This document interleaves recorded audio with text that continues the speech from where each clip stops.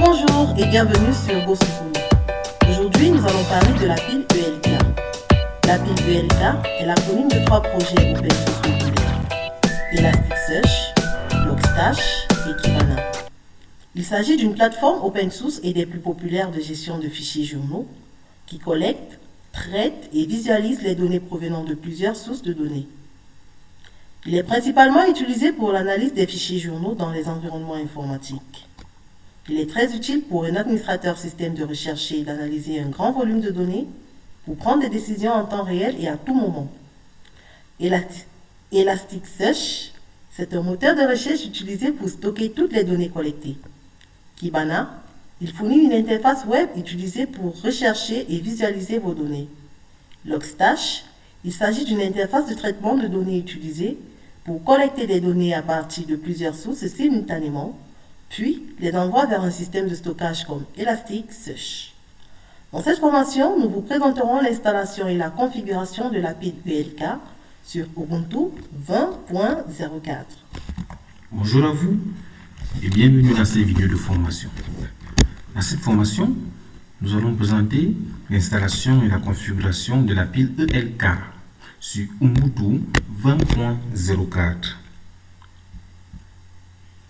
Dans cette formation, nous allons présenter la mise à jour des paquets du système d'exploitation de notre serveur Ubuntu 20.04, l'installation des dépendances requises, l'installation de Elasticsearch, l'installation et la configuration de Logstash, l'installation et la configuration de Kibana, l'installation et la configuration de Failbit.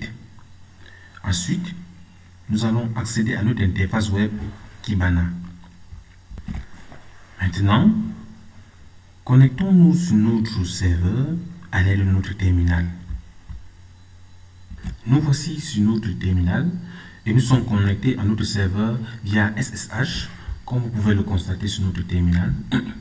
Ici, notre serveur s'appelle serveur 1 et l'utilisateur connecté sur le serveur actuellement est prof. Nous allons travailler avec les privilèges sudo. Avant de commencer, nous allons d'abord mettre à jour les paquets de notre système d'exploitation Ubuntu. Sur notre terminal, nous allons donc taper la commande sudo apt-get update. Sudo apt-get update, on valide. On met nos identifiants groupe. On patiente un instant.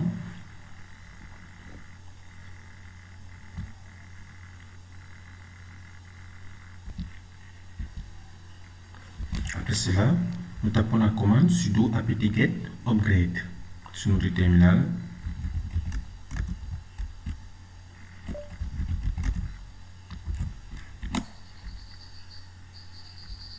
On patiente un instant.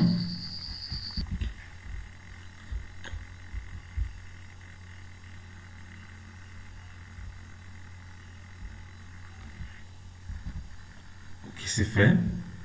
Maintenant, nous allons installer Java et les autres dépendances requises sur notre serveur. Nous allons donc les installer avec la commande suivante. Nous allons donc taper la commande sudo apt-get install openjdk wget pour les téléchargements apt transport https curl gnu pg2-y pour accepter. Il va peser 890 mégas comme vous le voyez sur votre écran. Il est considérablement lourd. Donc nous allons patienter pendant le téléchargement et l'installation de ces paquets volumineux. Cela dépendra de notre vitesse de connexion Internet.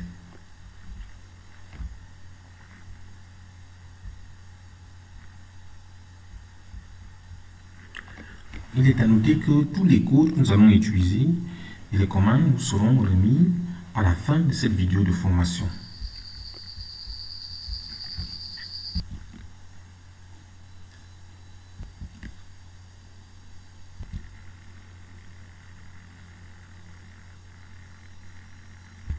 Ok, c'est fait. Une fois tous les paquets installés, Vérifions la version installée de Java avec la commande suivante sur notre terminal.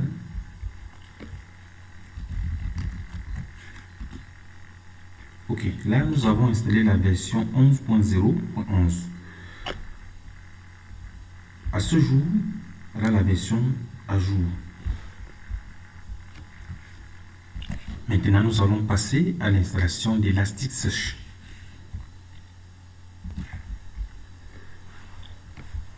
Il est à noter que Elasticsearch est un moteur de recherche utilisé pour stocker toutes les données collectées. Par défaut, Elasticsearch n'est pas disponible dans les références standard Ubuntu. Nous devrons donc ajouter les références Elasticsearch à notre système. Tout d'abord, ajoutons la clé de signature Elasticsearch avec la commande suivante. Sur notre terminal, sudo wget-o le lien de téléchargement de la clé, on valide.